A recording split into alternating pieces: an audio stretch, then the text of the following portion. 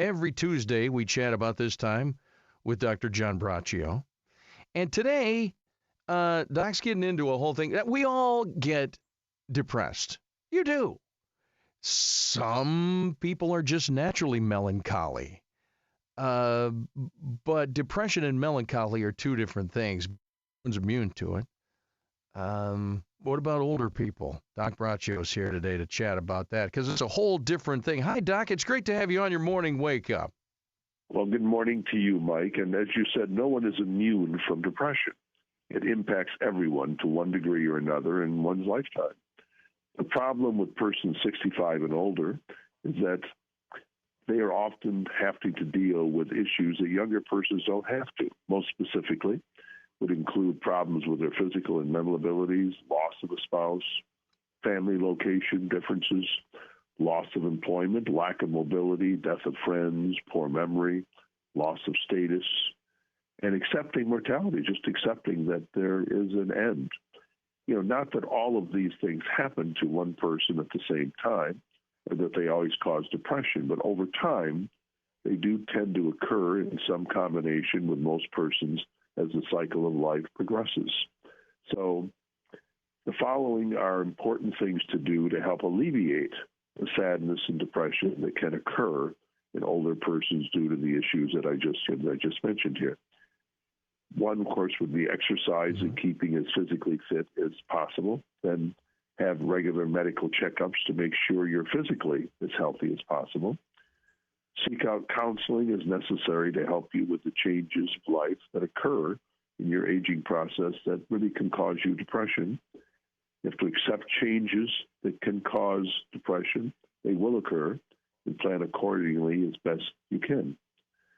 Finally, hone your spiritual and or internal resources to help you fit really, find purpose in your life from what you have experienced and what you intend to experience in the latter stages of your life. As always, make each day count, and this may be even more true. We think about it as we get older, and continue to be as involved as you can in church and any other activities.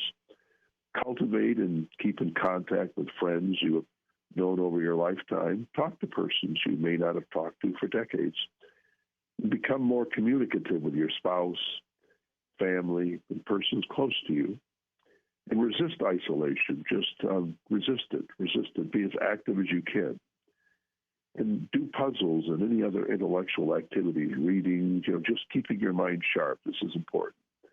Aging is a process we all go through, Mike, as we live our lives. The important thing is not to have great fear and resulting depression, but do whatever you can to find meaning in life through maximal physical, intellectual, and emotional involvement. And as you age, don't focus on disabilities or limitations you have, but rather focus on what you can do to make as much impact as possible in yourself and others.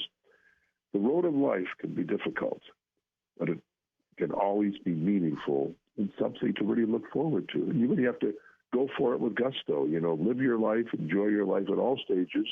And as you get older, don't let that be a time to be depressed and overwhelmed, regardless of what's occurring, but to find meaning and really move forward and enjoy your life as much as you can. That's what you want to do. That's why you're here. Yeah, you know what I find as I age, as we all are. One, I find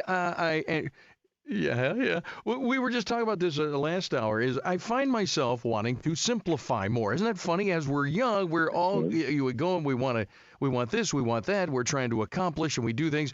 And then as you get older, you start to realize, and then you start getting rid of stuff. That's got to be a key there, is to simplify things.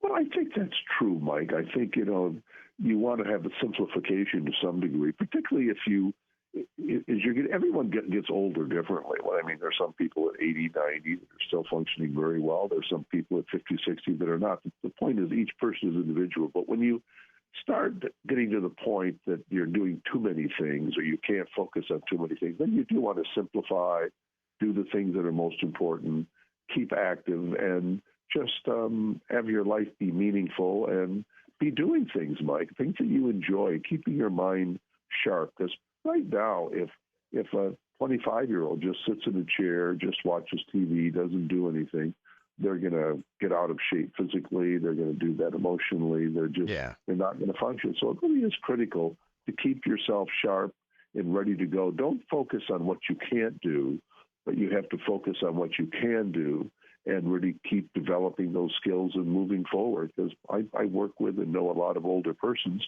And, hey, if you want to, sometimes I always say that you might as well say you're in upper middle age. That's how I see myself, just try to move forward and do the very best that we can. But really, life is exciting at all stages. And when you're in an older stage, you have so many things you can look at. You've experienced, you've seen, you can be a guide to others, you can help others, you can really try to enjoy every day and really think, wow, another day of life, another day to be doing things and finding people to talk to, being helpful, and just leading the kind of life maybe you didn't lead, or if you did lead, continue leading it, just like you say, maybe more simplified, maybe less of the things that you had to do when you were younger. Now you really don't have to. You've got more time that you can focus on things that are important to you, and just like finding old friends or really developing even love and caring in family you might not have done, doing more things with family, reaching out, connecting, communicating. It can be a very, very exciting time. I know many senior citizens that are enjoying the ride. They're not necessarily looking at the very end, but they're not afraid of it either. They're simply moving on and just taking life as it comes, taking it with gusto. How does that sound? The old Pepsi ad from many years ago, and just take every day, carpe diem, just seize the day. Yeah, I think it was a beer ad, actually, Doc. I think it was one of those beers. You got to go for the gusto. But here's one thing that I think is changing mentally and depressionally, maybe. You see it more, because it's your job, your business. Dr. John Braccio, by the way, our regional psychological services guy. Every Tuesday we talk to him about now, BraccioPhD.com. But all right, so like my folks grew up in the Depression, et cetera, et cetera. Dad was always, if I spent something on something frivolous, he'd go like, what, was that $20 burning a hole in your pocket? And it was all about saving. And I used to say, saving for what, Dad? Saving for what? I might as well, have fun now. Okay, that's a young guy versus an older guy's attitude. Now that I am that dad, and I find myself saying the exact same things. But my point is this. Do you think as folks who were my young generation then going, no, man, I want to spend it, we haven't financially done as well as previous generations, have we, as far as savings goes? But there's a number of reasons, as far as that goes, but that can lead to huge depression, I think, because you could say, well, take some time, visit families, but if you can't afford to get there, there's a big problem. Well, that is true, Mike, and I actually do think that as we go ahead, not to get too much into the old defined benefits where people were guaranteed a certain pension, those were safer days, but there are going to be less and less people with those as this generation now developing and going into older age. So, sure, I think not having enough resources can certainly lead to depression. There are a lot of things that can lead to depression, but ultimately, it's what we do inside our mind. It's what we're able to ferret out, what we're really able to focus on. And being a friend, talking to people, trying to keep close with family, those are things that aren't necessarily things that cost a lot of money. But obviously, if a person is struggling financially, yes, that certainly can lead to depression at any age, I might add. But many of the things I'm talking about here in terms of reaching out to people, doing puzzles, interacting, keeping yourself as physically fit as you can, psychologically honing yourself in, spiritually trying to find out purpose. Why am I here? Where am I going? What have I done? What impact can I still have now? These are all things that can help reduce depression, because when people are depressed, when they're sad, they're not seeing a lot in the future. They're kind of finding negativity. They're feeling down. They're feeling that there's no reason to go on. And there are people, really even younger people, that just kind of give up. And that you just can't do that. You have to be pushing, finding purpose in life, adelante, you know, in terms of the Spanish word, moving onward. And I think that's what we have to do. And there are struggles. There are a lot of struggles, obviously, physically, but we take what we have, we take the skills we have, the abilities we have, intellectually, physically, emotionally, and we want to keep them going in the right direction. Sure, it may lead to a simplified life, but it doesn't have to lead to an unhappy life, a dissatisfied life. We just have to move forward as best we can. That's what we have to do. Yeah, we're giving you, ladies and gentlemen, we're giving you the tools to make good decisions, to move forward in life, and to have fun, and to, get through your day with Dr. John Braccio. Doc, I want to do something here we haven't done. You got a second? Do you have time to hang on through the break? Sure. All right. I'm gonna ask you about something called a mental gymnasium. I found this in an article. I just run this past you, the idea, the concept there, because we've got some time, and we'll do that here. We're going to take this commercial break. We'll come back. And then also coming up later this hour, Chad Livengood, election news from Detroit News. He'll talk about that and more. But your mental gymnasium, I want to get into that with Doc here in a minute on your morning wake up, 1320 WILS. Hang on, Dr. Braccio. Hang on.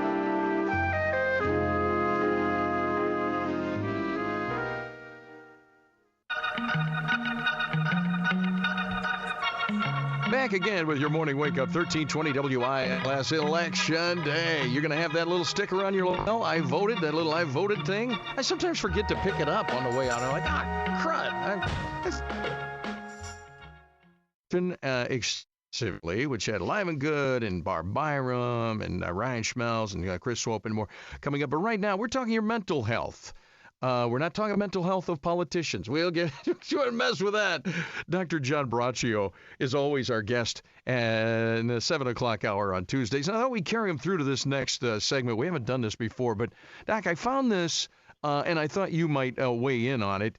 A little concept called mental gymnasium. I thought, well, what in the world is that? That's not actually going physically to the gym.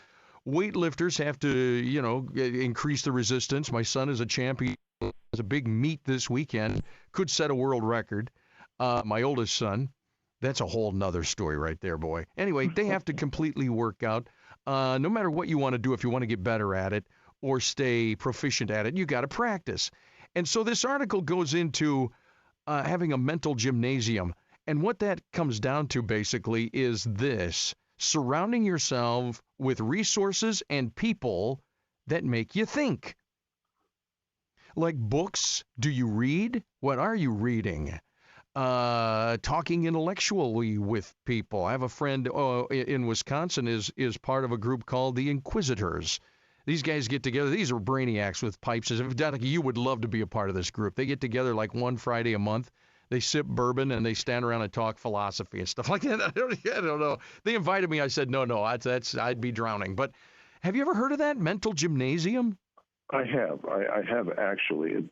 Around the country, there are areas where people will get together. They'll get together. It's kind of like, can be like a group thing. Now, this may mean different things to different people, but from what I have seen, it's where you actually will have people. They get together, or they can do it, in terms of Zoom, different areas, and they will talk about different areas. They'll talk about health. They'll talk about relate to anxiety, can relate to depression.